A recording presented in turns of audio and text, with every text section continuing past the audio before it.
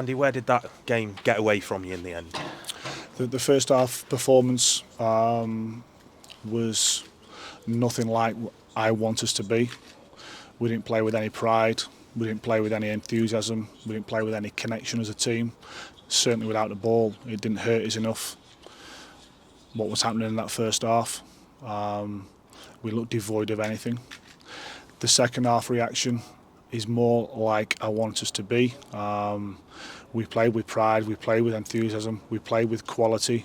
We put a team like Barnsley right on the back foot, but I can't mask over that first half performance, and it's something that I have to apologise to the fans for, because it was really poor. The defending was probably your main concern in that first half, wasn't it? Because there were times when you just didn't, like you've said often enough, you haven't defended your box well enough when balls were going in there from wide areas. Well, a number of things. If you don't track runs into the box, if you don't defend balls into your box, you're going to get hurt because of the quality of the opposition. And they've obviously got a number of really good attacking options, and they've got a good team. That's why they are where they are in the league. And when you're given that much space and freedom to play, they're going to hurt you. And they were deservedly in front. But I say that without masking over the first half, which, as I've already mentioned, the second half performance with some really young players on the pitch at the end, it is more like the team I want us to be, and I think we can be.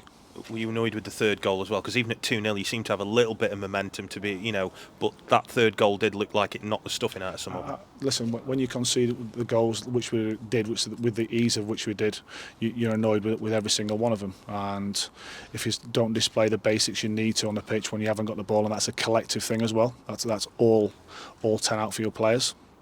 There has to be that pride in denying the opposition a number of goal-scoring opportunities, and you have to do all the basics. You have to run, you have to win duels, you have to win tackles, you have to intercept, you have to stop balls coming in your box, you have to mark in the box, and if you don't do those things, you come on the end of the first half scoreline at 3-0 down. Second half, we were much more like the team wanted us to be. We scored 2, we had a number of opportunities to score more. But we have to learn that you can't just play for 45 minutes against teams of that opposition and quality. You made those changes at half-time, Uche coming on, I think replaced Bailey, didn't he, on the bench, and James Wilson coming on again, and for the second game running he's had an impact for you because his movement created some problems as well as what Uche did too. Yeah, the two guys who came on at half-time give us some energy, some impetus. The two young wing-backs who come onto the pitch give us the same. And yeah, so we have to look at ourselves first and foremost, that first half performance, and then think, well, second half, at least we've come off the pitch having shown something like which you have to do for 90 minutes if you want to be competitive in a game of football.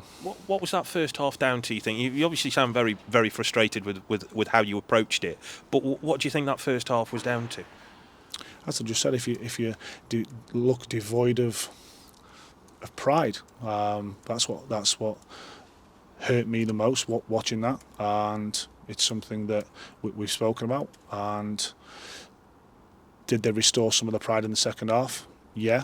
But you're 3-0 down then, and it becomes a really difficult job against a team of that quality. So we always look at ourselves. I always look at me first and foremost, and we have to think of that first half performance and why it happened, and we have to get to the bottom of it. The crowd weren't happy at half-time, understandably so at 3-0. What did you make of that, and can you understand why they may have been really, really upset and reacting the way they did when you went off at half-time?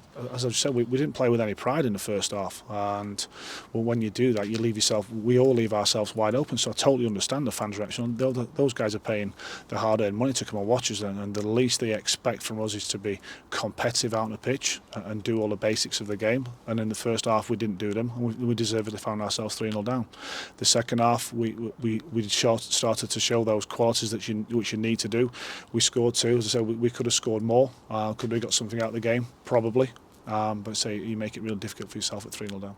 Word for Ben Lomax and Jack Shorrock, who've been in and around the first team, but those two lads came on and did change things, to be fair, as well. And Jack's become the club's youngest ever goal scorer today too. So that is a big moment for him, albeit the defeat. Yeah, they both came on and saying.